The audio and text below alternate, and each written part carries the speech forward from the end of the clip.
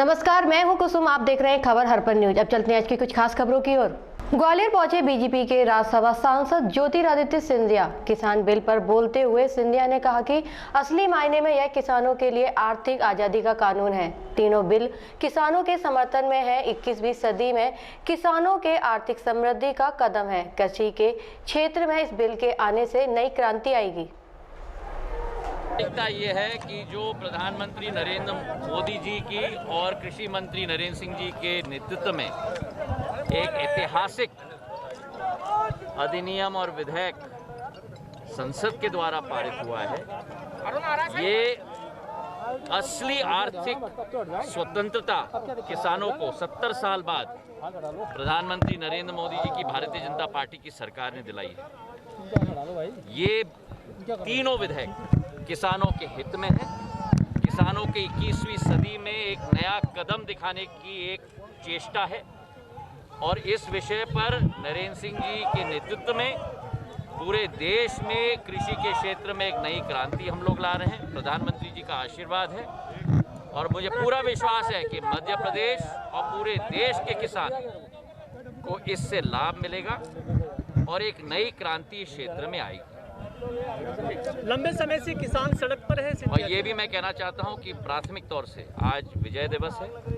1971 के लड़ाई में जो भारत के वीरों ने एक नया क्रांति स्थापित किया था देश के लिए, उनके बलिदान के लिए हम समर्पित भाव के साथ मत्था टेकते हैं। और ये विजय दिवस 1971 का देश के लिए था, आज भी किसानों के लिए एक नई क्रांति का दिवस है। जो विधेयक पारित हुए हैं संसद में नरेंद्र सिंह जी के नेतृत्व में, प्रधानमंत्री जी के नेतृत्व में, उससे एक नई विचारधारा किसानों के लिए भी हम प्लाज्मा कांड हुआ है, यहाँ पर नकली प्लाज्मा चढ़ा दी गई। कमिश्नर ने किया जिला अस्पताल का निरीक्षण। 15 दिन से जिला अस्पताल में फैली गंदगी व बाड़ों में भरे पानी को सिविल सर्जन ने 2 घंटे में कराई सफाई। अभी तक जिला अस्पताल में गंदगी का था अंबार, लेकिन कमिश्नर के आने की सूचना मिलते ही कराई जिला अस्पताल की सफाई। कमिश्नर ने किया जिला अस्पताल का निरीक्षण। 15 दिन से जिला अस्पताल में फैली गंदगी व बाड़ों में भरे पानी को सिविल सर्जन ने 2 घंटे में कराई साफ सफाई। अभी तक जिला अस्पताल में गंदगी का था अंबार। सिविल सर्जन द्वारा सफाई कर्मचारियों के हड़ताल का बनाया जाता था बहाना, लेकिन कमिश्नर के आने की सूचना मिलते ही कराई जिला अस्पताल की सफाई। इलाज कराने आए लोगों ने कहा जिला अस्पताल में ढूंढे नहीं मिलते डॉक्टर। अस्पताल में इलाज कराने वाले लोगों को प्राइवेट दिखाने की दी जाती थी सलाह। ऑपरेशन कराने जिला अस्पताल आए एक युवक ने कहा जिला अस्पताल में ऑपरेशन के नाम पर मांगे जा रहे हैं पैसे। वहीं कमिश्नर को अपनी समस्या सुनाने का प्रयास कर रहे मरीजों को कमिश्नर से नहीं मिलने दिया गया। जिला अस्पताल में जिस जगह सफाई करा ली गई थी उसी जगह को दिखाया गया कमिश्नर को। निरीक्षण के collector Shailendra Singh, SDM Priyanshi Bhawar, tehsildar Sanjay Sharma, CMHO doctor Satish Choubey, civil surgeon रहे मौजूद। आज जिला चिकित्सालय का निरीक्षण करने आया था। कलेक्टर साहब भी मेरे साथ हैं, सिविल सर्जन हैं, जॉइंट डायरेक्टर हेल्थ भी हैं और सभी व्यवस्थाओं को मैंने देखा। देखिए, प्रबंधन अच्छे से बेहतर हो और निरंतर उसमें काम होता रहे तो और बेहतरी स्थिति होती है। आज जहां हैं उससे और बेहतर के लिए हम कर रहे हैं और ये जो दौरा है ये और बेहतरी लाने के लिए और बेहतरी प्रबंधन के लिए है। छोटी मोटी त्रुटियां जो मुझे लगी वो मैंने मौके पर सिविल सर्जन को नोट कराई हैं, उन्हें देखेंगे। कुछ और उपकरणों की आवश्यकता डॉक्टर्स को महसूस हो रही है, कुछ अच्छी ऑपरेशन टेबल्स की आवश्यकता महसूस हो रही है, तो कलेक्टर साहब उसके लिए प्रयत्न करेंगे और मैं उम्मीद करता हूं कि अगले महीने जब मैं आऊंगा रेगुलर दौरे में तो चीज़ें और बेहतर मिलेंगी। गंदगी और सुरक्षा एक बड़ा मुद्दा है, उसको लेकर क्या कहेंगे? नहीं, अभी तो मुझे सफाई संतोषप्रद लगी, लेकिन कभी आपने जैसा कहा है कि आज मेरे आने पर हुआ है तो किसी दिन मैं आकस्मिक आकर देखूंगा, उस दिन और बेहतर। शिशु जो मातृ शिशु दर है उसके भी आंकड़े बढ़ रहे हैं, उसको कंट्रोल के लिए किस तरीके से देखिए, हम उसी पर अभी एसएनसीयू में गए थे, वहाँ कुछ और अच्छे उपकरण लाएंगे तो और बेहतर होगा। Thank you. Collector Ashish Singh एवं पुलिस अधीक्षक सत्येंद्र कुमार शुक्ला के निर्देश पर आज नीलगंगा थाना क्षेत्र के नामी गुंडे गोविंद पिता राकेश का अवैध मकान धराशायी कर दिया गया। क्षेत्र के लोग उक्त गुंडे की गुंडागर्दी, मारपीट, धमकी देने आदि कारणों से परेशान थे। कलेक्टर आशीष सिंह एवं पुलिस अधीक्षक सत्येंद्र कुमार शुक्ला के निर्देशन पर आज नीलगंगा थाना क्षेत्र के नामी गुंडे गोविंद पिता राकेश का अवैध मकान धराशायी कर दिया गया। क्षेत्र के लोग उक्त गुंडे की गुंडागर्दी, मारपीट या धमकी देने आदि कारणों से परेशान थे तथा उक्त गुंडे के विरुद्ध नीलगंगा थाने में 6 प्रकरण पहले से ही दर्ज हैं। अतिरिक्त पुलिस अधीक्षक अमरेंद्र सिंह ने बताया है कि गोविंद पिता राजेश लखवाल पर धारा 427, 323, 307, 34, 506 में नीलगंगा थाना में प्रकरण पहले से ही दर्ज हैं।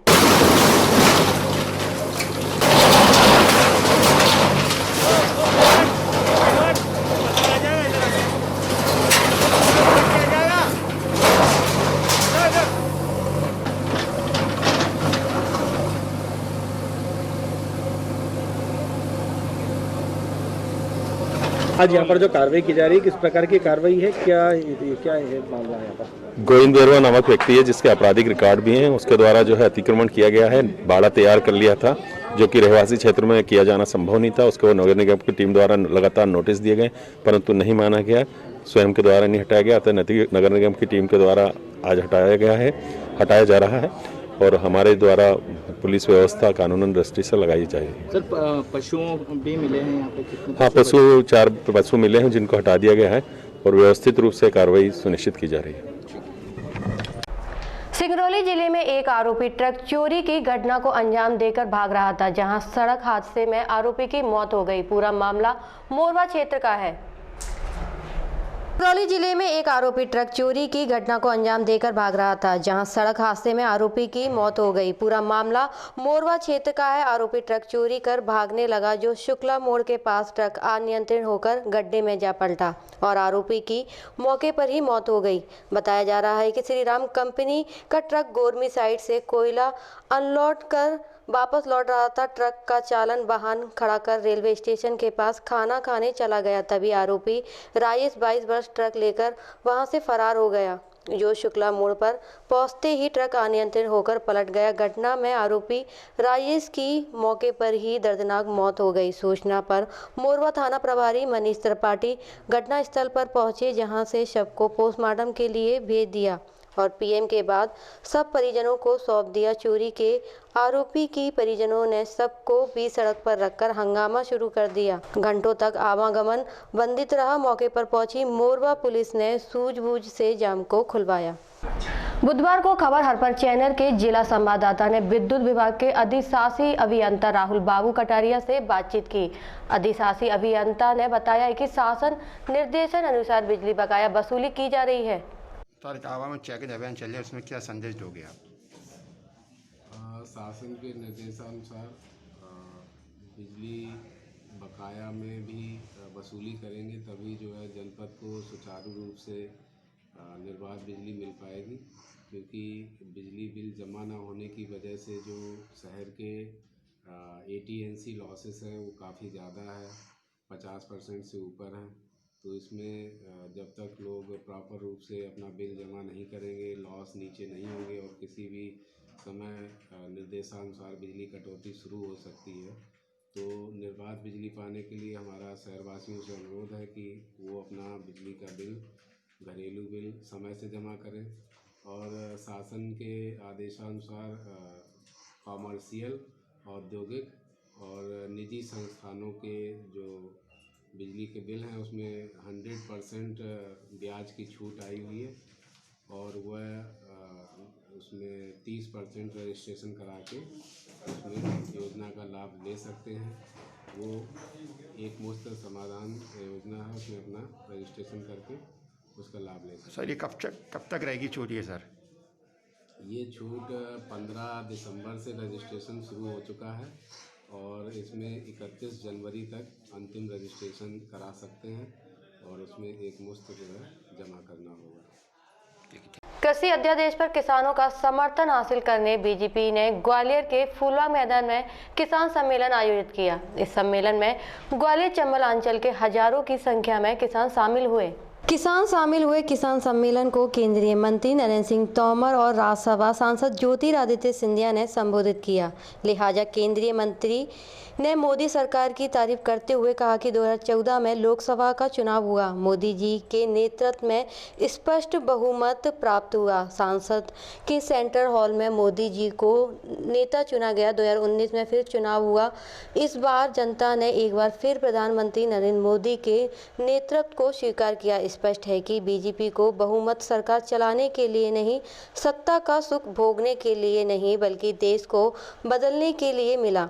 मोदी जी ने कहा था कि देश को बदलना है तो कुछ कठोर निर्णय लेने पड़ेंगे। जब कठोर निर्णय होंगे तो अपनों के बीच भी संघर्ष होगा, लेकिन इन संघर्षों से निकलकर देश को आगे ले जाना है। देश में नोटबंदी हुई, देश में जीएसटी लागू हुआ तो कहा जा रहा था कि अब देश में बीजेपी की सरकार नहीं आएगी, लेकिन 2014 में जनता ने 287 सीटें बीजेपी को दी थीं और 2019 में पूर्ण बहुमत के साथ 300 से अधिक सीटें भारतीय जनता पार्टी को दी। कोरोना महामारी में लॉकडाउन के दौरान अर्थव्यवस्था चरमरा गई, लेकिन फिर भी कृषि क्षेत्र को सरकार ने संभाले रखा। केंद्रीय मंत्री नरेंद्र सिंह तोमर दिल्ली में हो रहे किसान आंदोलन को विपक्ष की साजिश बताते हुए कृषि बिल्कुल किसान हितैषी बताते हुए केंद्र सरकार की तारीफ की। सरकार लेकिन किसानों की समस्याओं का समाधान नहीं हो पा रहा, 20 दिन से ज़्यादा हो गए। 3 नए कृषि सुधार बिल जो आए हैं वह किसान की हर समस्या का समाधान है। जहां तक आंदोलन का प्रश्न है, आंदोलन में किसान यूनियन के साथ सरकार वार्ता में है, जल्द ही समाधान निकलेगा। लेकिन विपक्षी दल पूरे देश में किसानों को गुमराह करने का असफल प्रयत्न कर रहे हैं, जिसमें वो सफल नहीं होंगे। भारतीय जनता पार्टी का जन जागरण अभियान है, उसके अंतर्गत ग्वालियर में भी कार्यक्रम है। मैं और सिंधिया जी उसमें भाग लेने के लिए आए हैं। मैं पूरे देश के किसानों को आश्वस्त करना चाहता हूं कि मोदी जी के नेतृत्व में जो कृषि सुधार की प्रक्रिया शुरू हुई है, यह किसान के जीवन में क्रांतिकारी परिवर्तन लाने वाली है। अब तक सहमति जाहिर की है, मिले थे बाकायदा, उन्होंने कहा ये बिल बहुत अच्छा है, खत्म नहीं। देश भर में किसान इसका स्वागत कर रहे हैं, समर्थन कर रहे हैं, मुझे भी आकर मिल रहे हैं। लेकिन पंजाब में कुछ अनरेस्ट दिखाई देता है, उसके अनेक कारण हैं, लेकिन पंजाब की भी किसान यूनियन से हमारी वार्ता चल रही है और जल्दी समाधान निकलेगा, ऐसी मुझे पूरी आशा है। संशोधन आप लेके गए थे, जो प्रस्ताव का संशोधन आप लेके गए थे, उस पर कोई प्रतिक्रिया मिली किसानों की? वो स्वाभाविक रूप से वो लोग विचार कर रहे हैं, जैसे ही उनकी प्रतिक्रिया आएगी हम लोग दोबारा से बात करेंगे। एकता परिषद के संस्थापक पीवी राजगोपाल ने पत्रकार वार्ता कर किसान यात्रा के संबंध में जानकारी दी।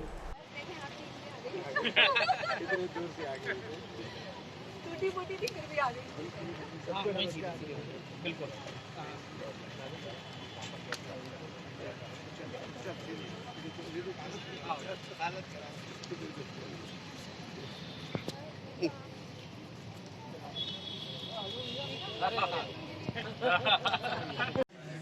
हमारे कृषि मंत्री जी के संसदीय क्षेत्र से पदयात्रा करेंगे तो उसमें दम है, तो ताकि कृषि मंत्री चाहें तो आ जाएं, बातचीत शुरू हो, ताकि हम मीडिएट कर सकें इन सारे मुद्दों पर।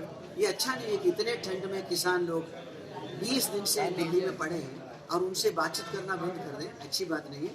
इसलिए 20 दिन तक मैंने कुछ नहीं किया, मैं चुपचाप थोड़ा बहुत उपवास करके सहयोग देता रहा, लेकिन 20 दिन हो गया तो ऐसा लगा कि अब तो उतरना चाहिए इनके मदद में। इसलिए कल मोरेना से हम लोग यात्रा शुरू कर रहे हैं। हाँ, कल तो 1000 लोग रहेंगे, धीरे धीरे जरूरत पड़ेंगे तो बढ़ाते जाएंगे। हम तो हमेशा 20,000 25,000 लेके चलने वाले हैं, लेकिन कल तो 1000 लोग। अभी आपने कहा कि मीडिएशन के लिए आप जा रहे हैं, तो किसकी मदद करने जा रहे हैं, किसानों की या सरकार की? दोनों को हो सकता है कि मीडिएशन से विन विन है, लेकिन मुझे अभी मीडिएशन के लिए किसी ने बुलाया नहीं है, मैं अपनी ओर से कह रहा हूँ। लेकिन ये हमेशा जरूरत है कि जब 2 लोग जिद पकड़ते हैं, वो किसी भी फील्ड में हो, बीच में कोई हो, ये कहे कि चलो लेट अस सिट डाउन, बैठे बातचीत करें। हजीरा थाना के अंतर्गत आबकारी एवं पुलिस प्रशासन ने कार्रवाई करते हुए 1 करोड़ रुपए कीमत की अवैध शराब को नष्ट किया।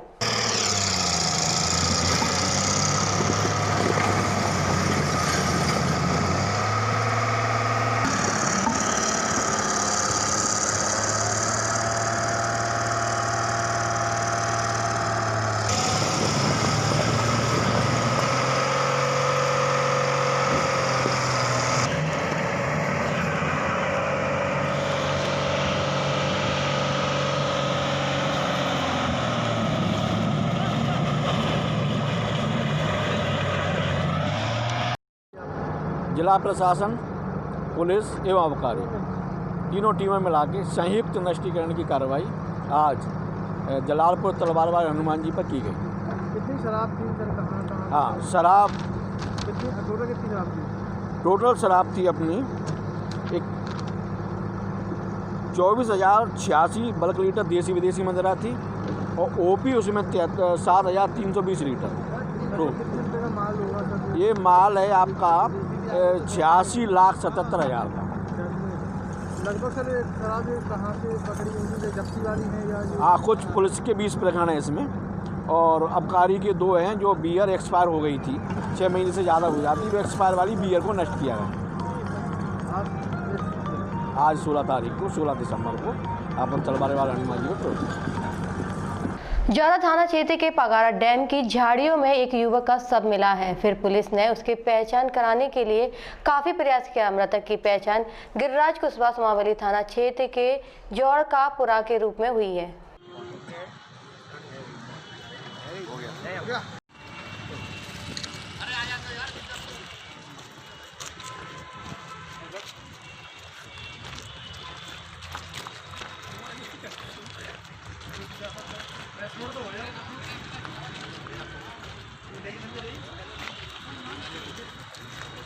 और उसी में आके इन्होंने जो है उसका हत्या कर दी। पहले चाकू से पेट में वार किया, परंतु उसकी जब मृत्यु कारित नहीं हुई तो फिर एक व्यक्ति ने जाकर उसका गले पर भी वार कर दिया, जिससे अंततः उसकी मृत्यु हो गई। इसमें मैं आपके संज्ञान में ये लाना चाहूँगा कि ताकि जनता को पता ना चले, इसलिए इन्होंने उसको मुंह पे कपड़ा बांध दिया था ताकि शोर शराबा ना हो, और उस और पुख्ता करने के लिए इन्होंने इसके मुंह में फेविक्विक भी लगा दी थी ताकि बिल्कुल भी कोई गुंजाइश ना बचे बाहर आवाज़ जाने की।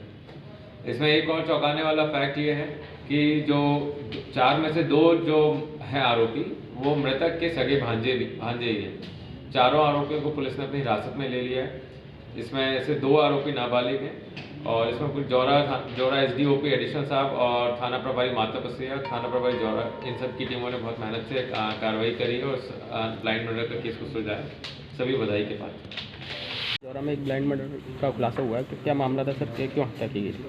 दिनांक 12 दिसंबर को जौरा में पगारा डैम के आसपास की झाड़ियों में एक अज्ञात शव मिला था जो कि 3 से 4 दिन पुराने होने की संभावना थी।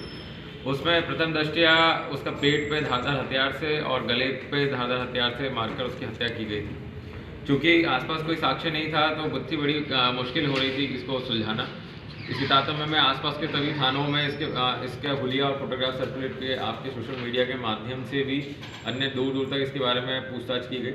तो ज्ञात हुआ कि थाना सोमावली के झोड़कापुरा गांव का हरिओम कुशवाहा के नाम पर इसकी तस्दीक हुई।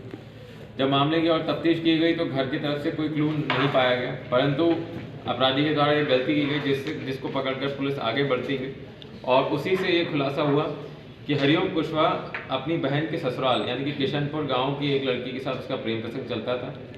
उस लड़की का विवाह एक घूगस में रहने वाले एक व्यक्ति के साथ तय हो गया था और उस व्यक्ति को ये नागवार था कि हरिओम कुशवाहा अभी भी उसकी मंगेतर से बातचीत करता है, उससे उसका प्रेम प्रसंग चल रहा है। उसी के बारे में बातचीत करने के लिए और फाइनल फैसला करने के लिए इन्होंने जो घूगस का व्यक्ति है इसने अपने 3 अन्य साथियों के साथ जो मृतक है हरिओम कुशवाहा उसको जौरा बुलाया और वहाँ से इसके हाथ बांधकर मोटरसाइकिल में बैठाकर ये लोग इसको पगारा डैम तरफ ले गए। वहाँ पे इन्होंने आगे फर्दर चर्चा करी, बातचीत करी कि जो तुम्हारा प्रेम प्रसंग चल रहा है इसको। अब होगी आपसे अगले बुलेटिन में मुलाकात, तब तक के लिए बने रहिए खबर हरपन न्यूज के साथ।